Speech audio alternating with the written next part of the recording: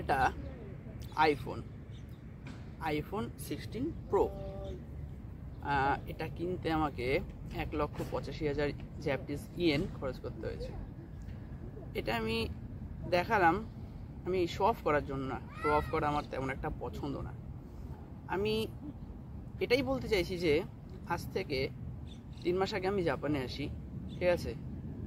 এই একটা জিনিস মানে আইফোন, যেটা আমাদের যে কান্ট্রি ইন্ডিয়া, বাংলাদেশ, পাকিস্তান, শ্রীলঙ্কা, যাই হোক ইন্ডিয়া বাংলাদেশের কথাই বলছি, সেখানে কিন্তু খুব ক্রেজ। কিন্তু জাপানে আইফোনের দিকে কেউ ঘুরেও তাকায় না। 12 কোটি লোক থাকলে 14 কোটি আইফোনের বেশি ইউজ হয়ে থাকে, সবার হাতে আইফোন। তো এখানে আইফোন নিয়ে মানে শো অফ করার কিছু নেই। আমি এটাই বলতে চাইছি যে আমার বাবা হকারি করতো, এখনো করে, ভবিষ্যতেও করবে। আমার মা বালাপোর সেলাই করতো, সেই করে আমাকে জাপান পাঠিয়েছে। তো জাপান আসার পর আমাদের যারা দেখছে আমার ভিডিওটা, অনেকে হয়তো মানে মনে মনে বলতে পারে যে ও শো অফ করছে, এই করছে, ওই করছে। সেটা তুমি বলতে পারো, আমার কিছু যায় আসে না। কিন্তু আমি এটুকুই বলতে চাই যে আজকে আমি যেখানে আছি, এই যে এত সুন্দর জায়গা, এত সুন্দর দেশ, সেটা পুরোপুরি আমার বাবা মায়ের জন্য। আমার বাবা গ্রীষ্ম বর্ষা নেই, এই গরমে পুড়ে শীতের ঠান্ডায় জমে টাকা নিয়ে আসতো, সেই টাকা খরচ করে আজ আমি জাপানে। এবং আমার মনে হয় যে এইটা আমার জীবনের সব থেকে মানে মূল্যবান একটা ডিসিশন ছিল যে আমি বিদেশ যাব।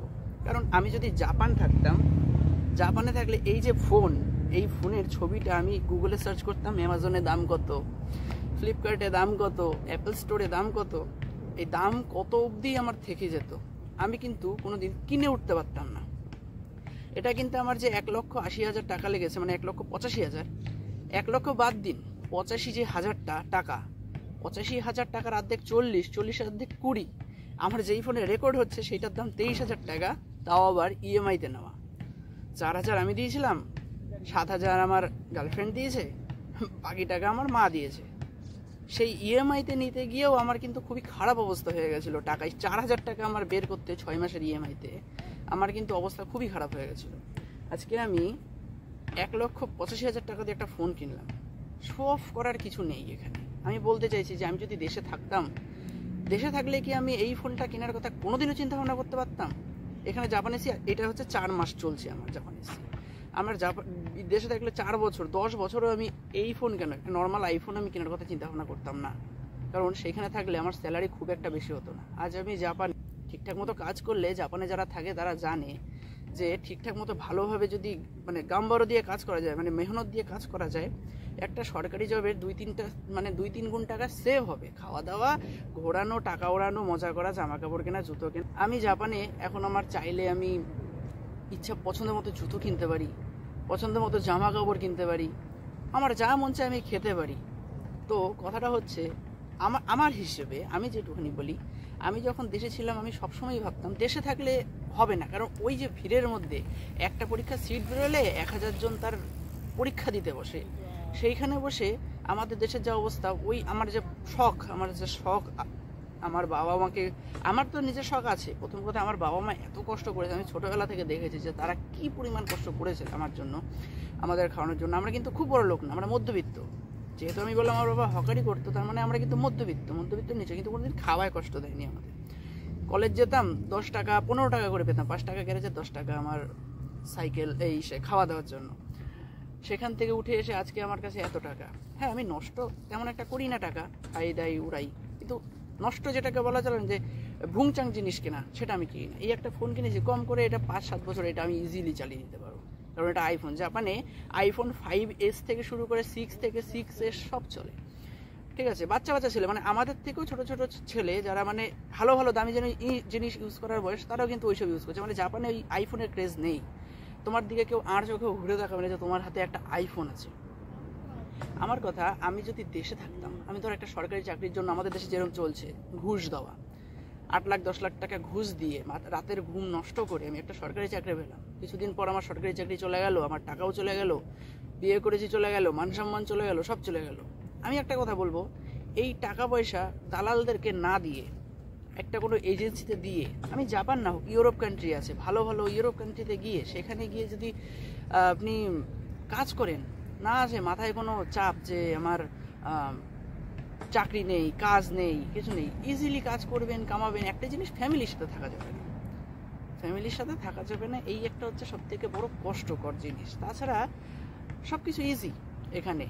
আপনাকে কেউ খোঁচাবে না, আপনার পিছনে কথা বলার কোনো লোক নেই, আপনার কেউ টাকা মারবে না, আপনার সাথে কোনো চিটিংবাজি হবে না। মেয়েদের এখানে মানে যে রেপ জিনিসটা, সেটা কিন্তু খুবই মানে না বলা চলে। যে জাপান হচ্ছে সব থেকে সেফেস্ট কান্ট্রি। আপনি রাত্রেবেলা বাড়িতে নিশ্চিন্তে ঘুমাতে পারবেন যদি আপনার বউ কাজে যায়, বা আপনার মেয়ে যদি রাত্রেবেলা 2টোর সময় যদি কাজে যায়, তার শিফট থাকে, তাহলে কিন্তু আপনি নিশ্চিন্তায় ঘুমাতে পারবেন। রাত্রেবেলা আপনার ঘুম ভাঙবে না যে আমার মেয়েটা বা আমার বউটা কি সেফ আছে তো, বা আমার মেয়েটা বাড়ি থেকে বেরিয়েছে পড়তে, বাড়ি ঠিক মতো আসতে পারবে তো। এখানে কিন্তু সেই টেনশনটা নেই। এখানে মেয়েদের দিকে সেইভাবে মানে যে খারাপ নজরে তাকানো, একটা মেয়ে যদি ছোট জামা কাপড়, একটা মেয়ে না, সবাই এখন ছোট জামা কাপড় পরে ঘুরে বেড়ায়, কেউ কিন্তু খারাপ নজরে তাকায়ও না, ঘুরেও তাকাবে না, আপনার জিনিস পড়ে থাকবে, কেউ ধরবেও না। তাহলে এইরকম জায়গায় আপনি কেন আসবেন না? আমাদের দেশে, আমাদের দেশ সুন্দর। এখানে আমি আসার পর, জাপানে আসার পর অনেক লোকের সাথে আমার পরিচয় হয়েছে যারা ইন্ডিয়াকে চেনে বা ইন্ডিয়াতে ঘুরতে গেছে। তারা বলে ইন্ডিয়া সব থেকে সুন্দর দেশ এবং ইন্ডিয়ার মতো দেশ আর অন্য কোথাও নেই। কিন্তু আমাদের দেশের লোক ভালো না, পলিটিশিয়ানস ভালো না, আমাদের দেশটাকে যেভাবে খাচ্ছে। বিশেষ করে আমাদের পশ্চিমবঙ্গে যারা জন্মাচ্ছে, এখনকার যে বাচ্চা কাচ্চা জন্মাচ্ছে, তারা মানে তাদের জীবন শেষ, এক কথায় জীবন শেষ।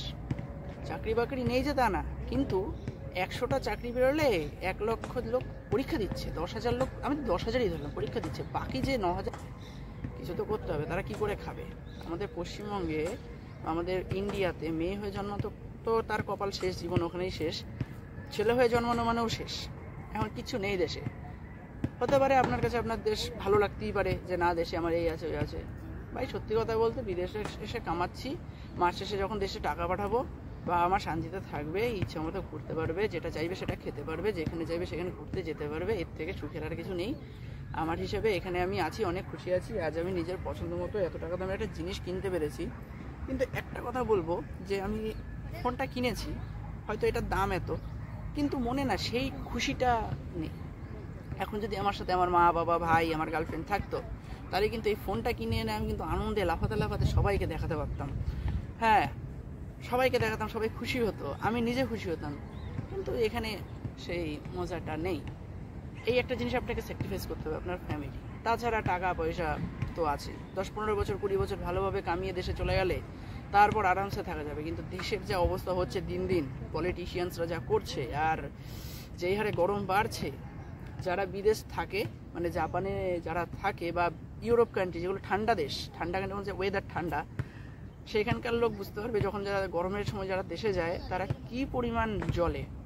এটা যারা থাকে তারা অবশ্যই জানতে পারবে। হয়তো অনেকে আমাকে নিয়ে খারাপ বলতেই পারে যে হ্যাঁ তুমি কি বলছো, দেশে নামে এই সেই, তাদের মন জানে যে কি। কারণ আমি অনেকজনের সাথে দেখা হলো এই কয়দিনে, যারা দেশে গেছিলো গরমের মধ্যে, তাদের থেকে আমি শুনেছি। এবং আমি তো জানি আমাদের দেশে কিরকম গরম পড়ে, কুত্তা মারা গরম। এইখানে আজকে আমাদের দেশে গরম যে পরিমাণ, আর এখানে আমি সোয়েটার পরে আছি, সোয়েটার তো বলা চলে না, মানে নর্মাল তো 2টো জামা পরে আছি। ওয়েদার এত সুন্দর, গরম পড়ে না, তার সাথে তো ভিউ, এত সুন্দর ভিউ, কে দেবে আপনাকে? যাই হোক, একটাই কথাই বলবো, যদি আমার কথায় কারো খারাপ লেগে থাকে ক্ষমা করবেন। কিন্তু আমার মনে হয় দেশে পড়ে না থেকে বেরিয়ে যান দেশ থেকে। অন্তত আপনার ফ্যামিলির জন্য আপনি কিছু করতে পারবেন। দেশে থেকে মরা কান্না করে লাভ নেই যে হচ্ছে না হচ্ছে না।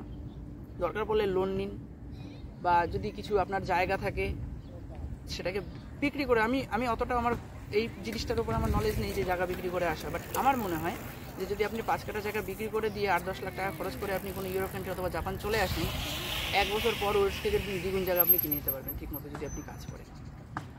তো আমি এটা কিনে খুশি, আমি খুশি। কিন্তু ব্যবহারটা কম করছি, কারণ এখনও কভার টাভার কিছু আসেনি। আসলে আচ্ছা মতো ইউজ করবো। বেশ সুন্দর জিনিসটা, আমার খুব ভালো লাগলো জিনিসটা কিনে। জায়গাটা খুবই সুন্দর, একবার দেখাই জায়গাটা।